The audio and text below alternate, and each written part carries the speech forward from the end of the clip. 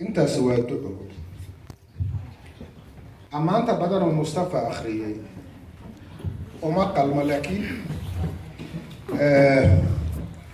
waxaan ka mid ahay dadowga diidan in ay madaxa laadlaadiyaan ama ay gurada dhigtaan doonayana in ay isdhaafiyaan gumaysto madow oo ku soo duulay dal iyo dad uuna lahayn ilaa iminkana haysta marka waxaan rabaa inaan sheego ama aan idhaahdo saddex kelmadood kelmadda koowaad waxa weeyaan maxaan doonayaa waxaan ahay naftii hore waxaan ahay jabhe waxaan ahay halgamaan oo ka dhigan waxaan ahay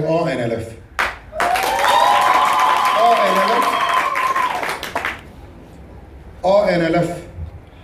oo ka bilaabanta xaraf oo la yidhaahdo oo dhib badan ninba uu dhan u qaatay ninba uu dhan u fasirtay ninba in uu ka darsaday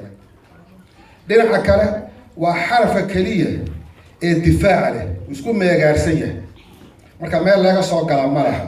xurufta kale oo idilba meela ayaa dhici karta in laga soo daldaloolsado marka laga soo bilaabo ilaa zebta la soo galayo laakiin xarafka oodu maya u isdiiday taasoo ka dhigan in uu adkaysi badan yahay in la soo galo ama la soo jeedo oodaas ninba meel buu ka degay qolooyin badan oo halkan fadhiya waxaa laga yaabaa inay oodaas soo raaceen oo yidhahdeen maanta shir ogaadeen baa jire loo geeya reerkii aan tagnay waa qayb oo si kale markii loo dhigana u haysata oo inay u dhiganto ogaadeen marka haddaan ogaadeenahay oodaabana habe laygama xigo waan sheeganaya waa qayb iyadu halkaa iyadu iska dawaqsan qaybta waxan hadday fadhiyaan yaynay saacaddu idinka dhicina noo baneeya sidaa maaha qaybta labaad oo nin la yidhaahdo cabdi ubbo uu ku mashquulo una bixiyey bahdilka maxay ururka bahdilka ogaadeenka isaguna dhan buu ka xiiqsan yahay yaa wax bahdilay ma waxaa wax bahdilay gabdhihii qiimaha lahaa ee qurayshta ahaa bahdilay ee naasoogii koronto kaga qabtay ee gowracay ee faraxumeeyey ee siduu doona ka yeelay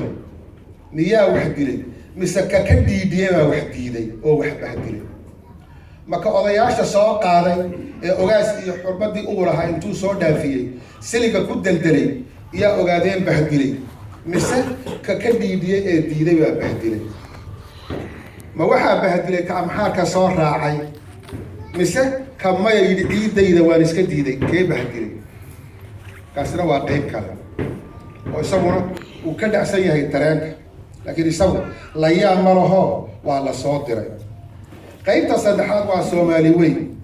oo iyaduna oodan aad ugu mashquushay haddii la yidhaahdo abaaraha ka dhacay qabri dahri iyo laysagoday reer bay u arkaan oo xataa masaajidada qolada sheekhayaashii hadal baa la geliyey hoos u dhig buu ku leeyahay laakiin ducada Falastiin iyo Suuriya iyo meelo kale ka dhacaysa aad buu ugu mashquulaa safkaruna ka gala kaasoo laga yaabo weli hooyadii inay xidhan tahay oo jeel ogaadeen ku jirto ama jeelka goday ay ku jirto haddii Garowe ama Muqdisho ama Kismaayo ama Hargeysa ama Djibouti sadaqada laga ururinayo uma arko reer ama wax kale uma arkaan codka iyo aayadaha waaweyn ee naarta lagu gala ninka sadaqada diiday aad u akhriyaan maxaa dhacay waxbaa si amarka waa ta keenta haddii dagaalka feer haddii la dhaafo oo beledweyne la galo ninkii la dagaalamay inuu yahay shahiid ee ku dhinta oo uu mujaahidna yahay laakiin ninkii qabri dahre iyo diri dhabe iyo ka dagaalama waa nin ka dhacsan isla maxaa si amarka taa intaasaan ka odhanaya iyadoo kooban oodan anigu waxaan u haystaan u aqaanaa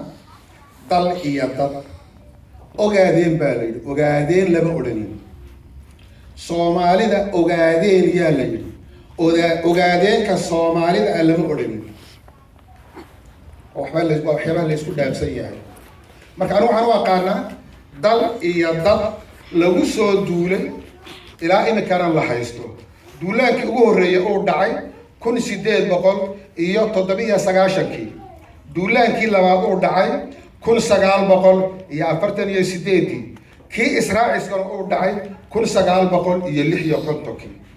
marka dal sida loo garanayo waqtigii lagu soo duulay iyo ninkii ku soo duulay la garanayo in la yiraahdo ka soo duulay uu ahaa waa waxaan islahay waa taqolooyinka badan ay ku xiiqaan Soomaalida Ethiopia ismaraha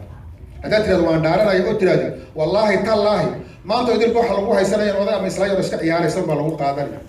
laakiin markaad wallahi billahi tiraadid ha ninkaas oo dhaartay marka tan waxa laga saaray billahi ma dhana sheekadu marka شعب كذا ترى إسلام دونتو وإذا الله بدك عباد بإسلام دونتا لكن تا كليجي لما تكاله كليجي شعب الله ما قراء كرو إثيوبيا كان لو حيق سيا يسأل نفسه تسكو حقه يصير تسكو تلا يصير ما أقدر وحكورنا يا ما كانت ترى الصومالي إثيوبيا صومال هذا بقول بس خمسة عدوكم صومالي إثيوبيا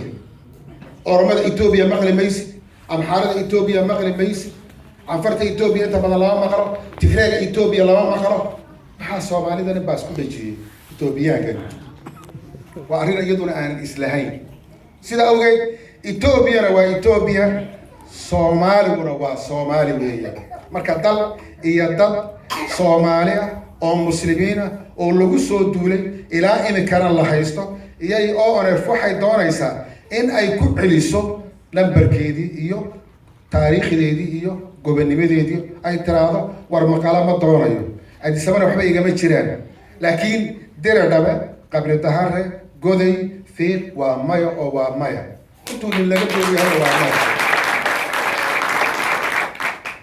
تاسوا قطب يدا واحد أو تين ما يجي حسوسية وياه أو أنا لف بركة خير معها تصار أنا قاعد يكفر وقاعدين لي ما ليس بس عقب واحد يقعد واجرا يرى قبل أقالين أنا ما قبوا إيجابي كين لكن waxa wadaay aabahay waa saxaya waxa lagu dilay magaalada Diradhabe 16 December 1990 habeen dambe oo kala todobadii iyo barkii fiidnimo iyo Diradhabe lagu qashay shaqo dheer oo dhinacyo badan ay ka soo shaqeeyeen November waa markaas December 1990 16 December maalin axada habeenay isniin soo galayso marka sida awgeed isaguna sida uu ula socday aabahay bah todoba reerood buu guursaday ama islaamood buu guursaday mid ogaadeen kuma jirin waxay ka dhigan tahay waxa isu ka keenay aniga iyo oodan ama reerka markii sida kale loo fasirtaba waa qadiyad waa gumaysnimo diin waa qorshiin dad badan waxay la culuubeen reerkan waxa loo culuubayna waa gumaysidiidka ay dad badan ku xeeqaan tusaale wali kama dhalanin reerka Soomaaliyeed ama dadka Soomaaliyeed kama dhalanin wiil yar iyo gabar yar oo ka dhashay ama ay ka dhasheen reerka ogaadeen kala yiraahdo anigu farweyn wax badan ku qora oo dadka ba qaba in dhulka oo dhan la yiraahdo ogaadeen xataa oo haddii uu reerkii ogaadeen intuu tashado uu yiraahdo war gubaysahan madow han isdhaafino Soomaalina han xoreyno dambiga ku jira waa maxay uma arkay wadada kaba qabo Ethiopia way ogol yihiin war haddii xitaa ogaadeen ka loo soo qaad iyaga Soomaali ah iyaro kala ku noqonaya taariikhda markii dib loo xuso dawladihii islaamka ee soo maray marka khulafaa nabiga alayhi salaatu wasalaam laga reebo iyo khulafaa raashidiintii ad-dawla al-umawiyya iyo dawladda islaamka ugu horeysay marka khulafada bacdeen umawiyiintu magac bay Umayya bin Harb in la yiraahdo yaa loogu magac daray laakiin kaliya inta uu ma ahayn oo Quraysh markay dawlad umawiyya dhamaatay dawlad al-Abbasiyya timitay Abbas nin uu magaciisa ahaa laakiin reerka uu ma ahayn umadoo dhan baa u dhanay dawlad al-Uthmaniyya oo dawladda Turkida ugu dambeysay sidaas oo kale ay iyaduna ahayd oo Uthman waa nin buu ahaa waa meesha imika uu raad qaadayo Tayyib Rajab oo Erdogan uu